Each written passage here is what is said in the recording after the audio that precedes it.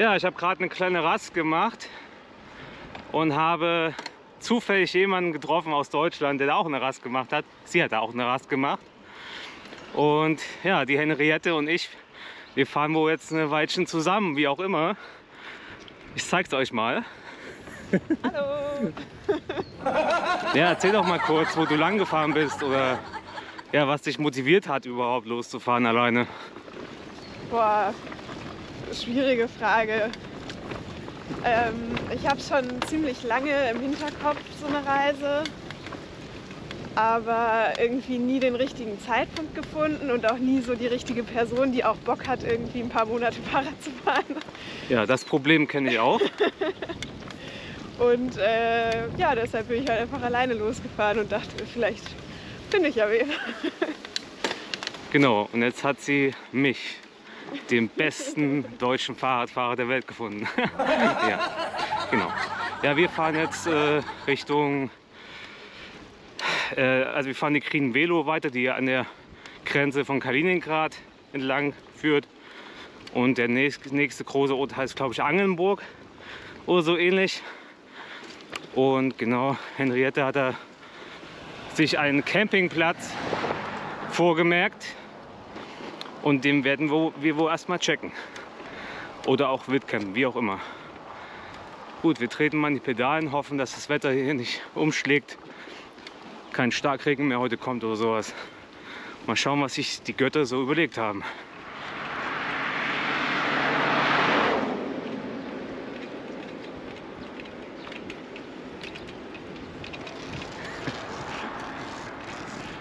Ja, ich und Henriette sind jetzt angekommen an dem Campingplatz und wir genehmigen uns erstmal ein Tüski, ein Bier.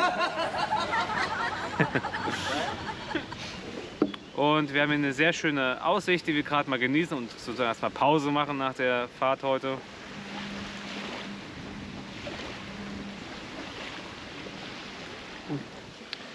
Ja, und dann bauen wir gemütlich die Zelte auf, später noch kochen und dann bestimmt mal duschen gehen. Ja, das Wetter soll noch besser werden. Mal schauen. Ist aber so auch okay. Und ja, was gibt es noch zu sagen? Ist ein sehr schöner Campingplatz, auch ziemlich leer. Das finde ich jetzt gar nicht so schlecht, so schlimm. Und ja, mal schauen, was der Abend heute noch bringt. Ob man eventuell noch ein Feuer machen kann, wenn der Wind noch etwas abnimmt und es draußen, sage ich mal, etwas ruhiger wird vielleicht noch sozusagen und freundlicher vom Wetter her. Obwohl das beim Lagerfeuer eigentlich so die große Rolle spielt. Genau. Und der See heißt, glaube ich, Mamri. Ja, irgendwas mit Mama. Mamri heißt der und der ist sehr schön. Überschaubar ist der See auf jeden Fall, würde ich sagen. Man kann immer ans Ende schauen überall. Genau. Ja, und morgen geht es dann wahrscheinlich irgendwann weiter. Keine Ahnung wann. Ist ja auch egal. So, wir genießen unser Bier und nachher gibt es noch was Schönes zu essen und wir haben es geschafft. Ne? Yes.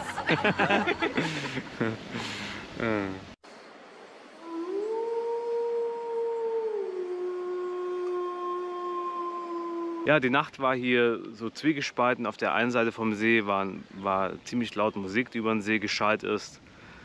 Dann haben noch die anderen, die hier waren, Musik gemacht. Ich musste gestern mal so gegen um 12 mal hingehen und sagen, macht mal euren Bass leise, sonst kann ich einfach nicht schlafen.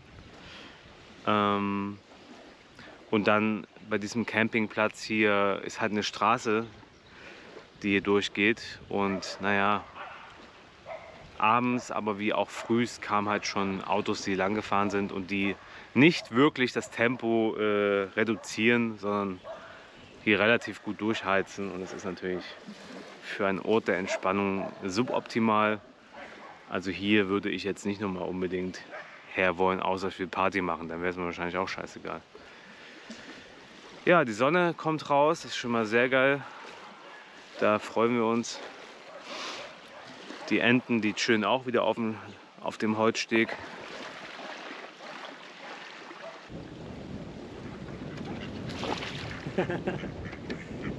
Hui.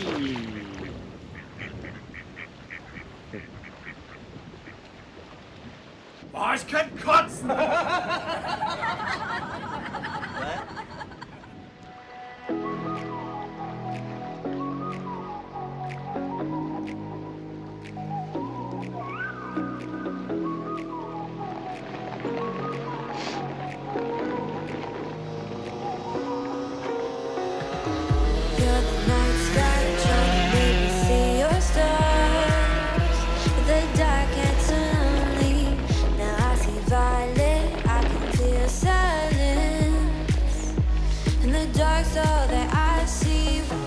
Stars have burnt out and your heart makes no sound.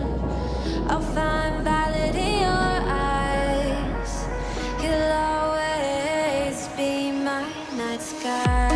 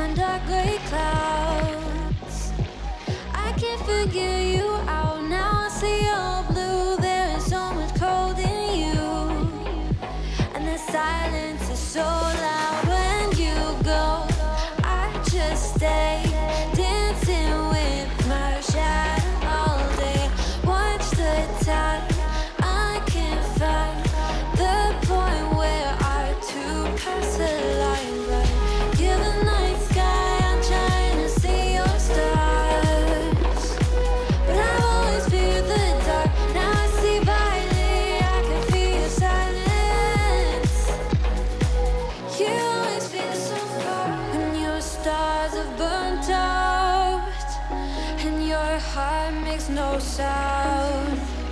I'll find valid in your eyes.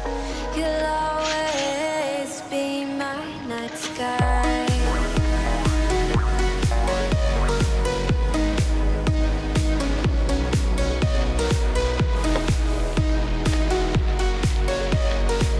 You'll always be my night sky.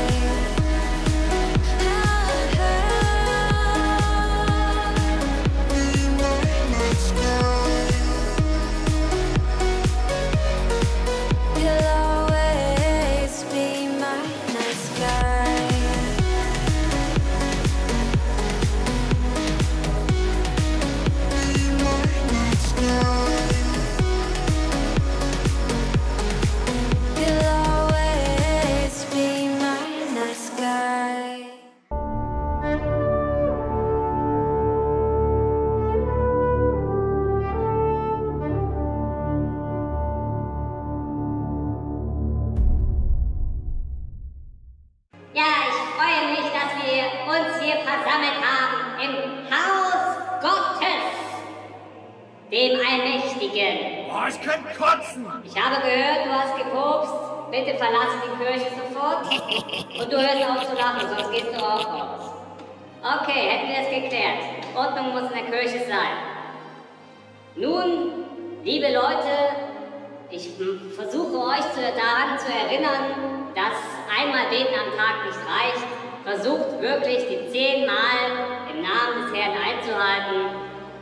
Schon gleich nach dem Aufstehen und vor dem Schlafengehen, das sind die letzten Male. Und eine Gebetslänge von 3 Minuten, exakt 3 Minuten einzuhalten. Hätten wir es geklärt, ich freue mich, dass ihr gekommen seid. Wer mehr erwartet hat, ich muss euch enttäuschen, ich habe keinen Bock mehr, denn mir geht das Ganze auch manchmal hier auf den Sack. Und deswegen, habt einen schönen Tag noch, ich habe keinen Bock mehr. Ciao.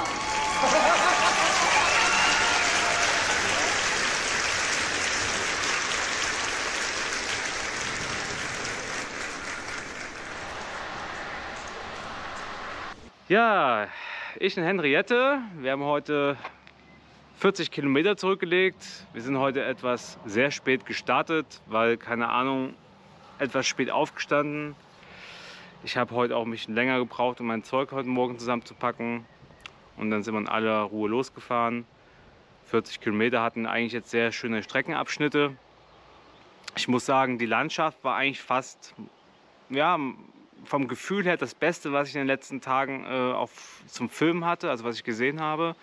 Es war so eine Hügellandschaft und gerade wenn die Sonne so teilweise geschienen hatte, sah das teilweise sehr schön aus mit den Lichtverhältnissen. Und ihr wisst ja, Lichtverhältnisse und Landschaften, das ist absolut meine Liebe.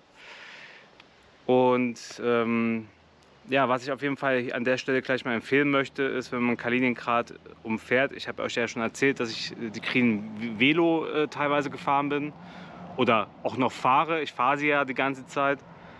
Nur wir verlassen sie halt manchmal ab und zu, weil, keine Ahnung, manchmal geht uns die Schotterwege, die wir heute gefahren sind, gingen uns auf den Sack. Dann sind wir auf die Straße gewechselt. Es war nicht viel Verkehr.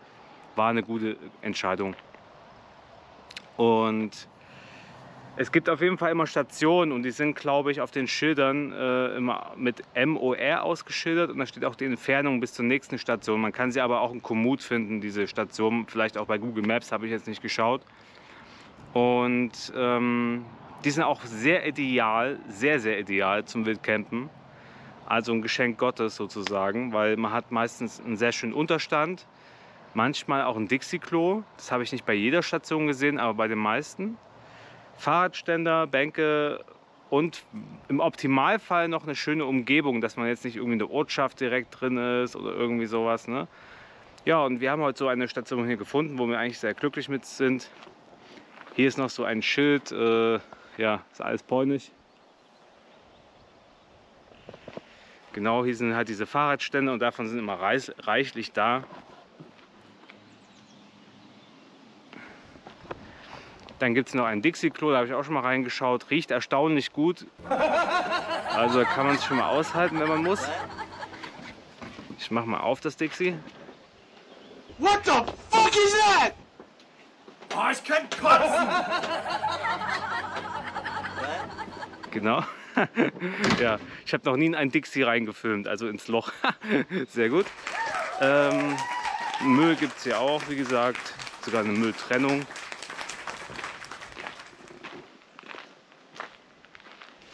Obwohl ich mir nicht sicher bin, ob das eine Trennung ist. Und hier ist halt dieser Unterstand. Und die sind auf der Green Velo immer sehr massiv, sehr groß. Also wirklich auch für größere Gruppen immer sehr gut geeignet.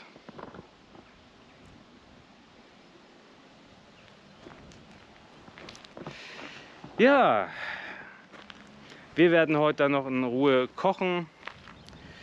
Eine Runde Baphomets Fluch 5 zusammen auf der Nintendo Switch spielen. Das macht Henriette doch Spaß, wie wir festgestellt haben. Und den Tag noch genießen. Wir haben Sonnenschein. Was will man mehr? Hier bin ich Mensch, hier darf ich sein. Ja, wir lassen es uns heute richtig gut gehen, was Essen angeht, würde ich sagen. Ich hatte mich schon lange auf eine Zeit ohne Salat eingestellt, aber wir machen heute als Vorspeise Salat. Den hat Henriette gemacht. Ich zeige ihn euch mal.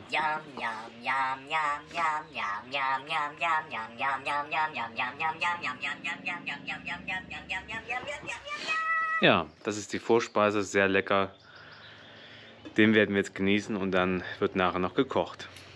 Yummy, yummy. Ja, nach dem Salat gibt es jetzt die Hauptspeise und die Hauptspeise besteht aus gelben Paprika, Zucchini, Zwiebel, Sojageschnetzeltes, was so fertig war und Reispasta.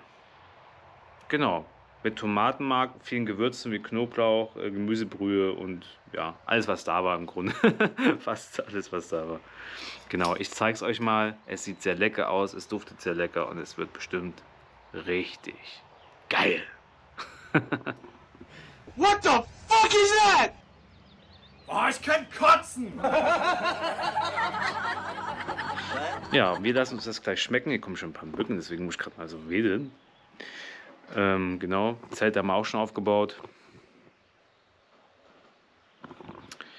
Genau, jetzt erstmal schnell, bevor hier doch vielleicht doch der Mückenschwamm aus dem Busch kommt. Und dann werden wir heute wahrscheinlich noch eine Runde Baphomets Fluch 5 weiterspielen.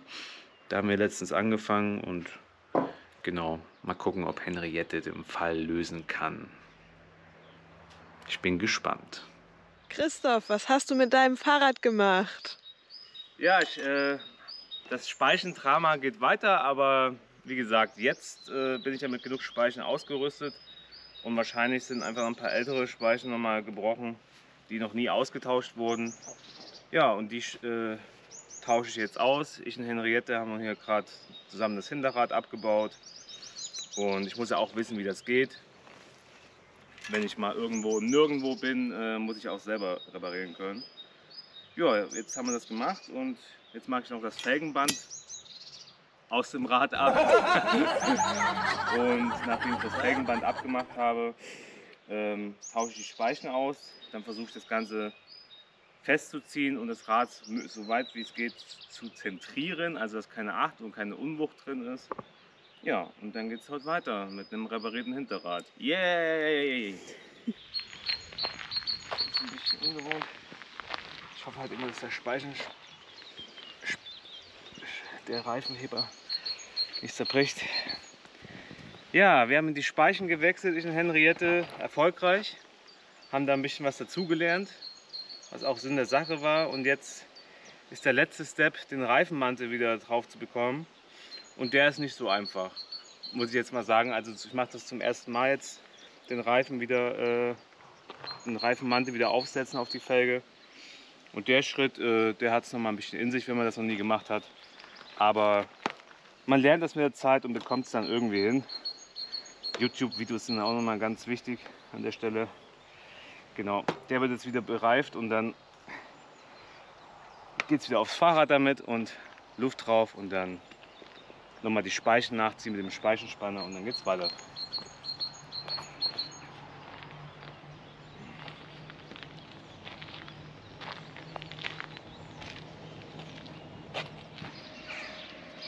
Ja, ich fülle immer die Flaschen um, weil ich immer 2 Liter Flaschen dabei habe. Und 2 Liter Flaschen gibt es auch nicht überall, vor allem nicht in den Skleps. Und ja, Henriette filmt mich jetzt mal hier, wie ich Wasser umfülle. Ja. Da muss man sich wirklich konzentrieren, um nichts zu verschütten. Denn Wasser ist wertvoll. Ne? Gerade gekauftes. So, sieht schon mal aus. Danke.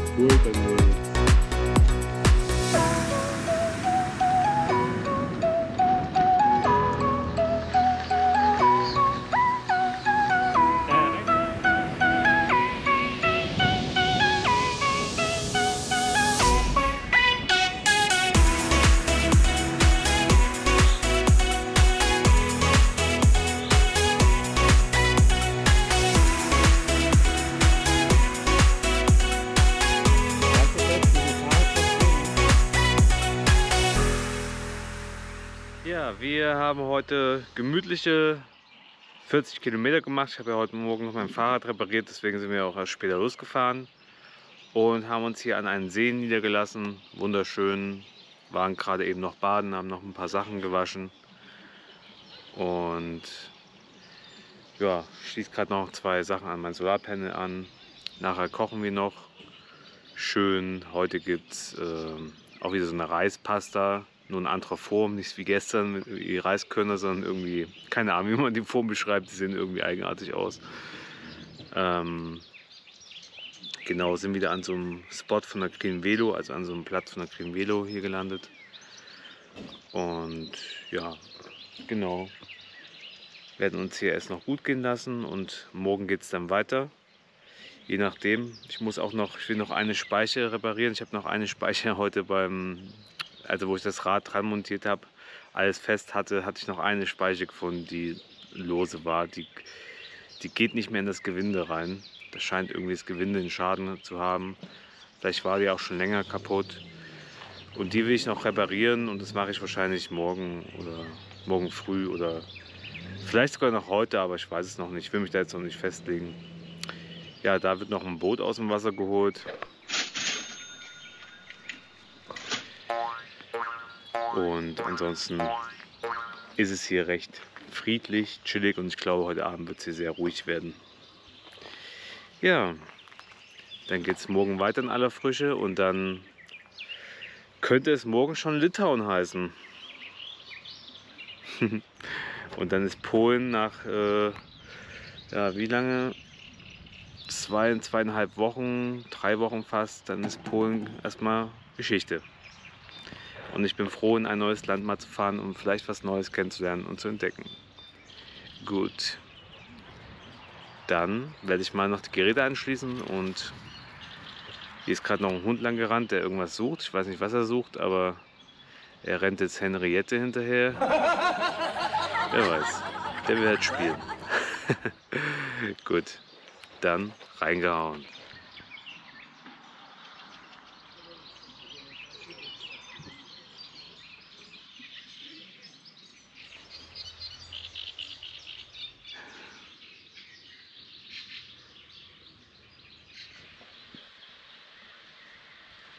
Hey ho, what's going on there?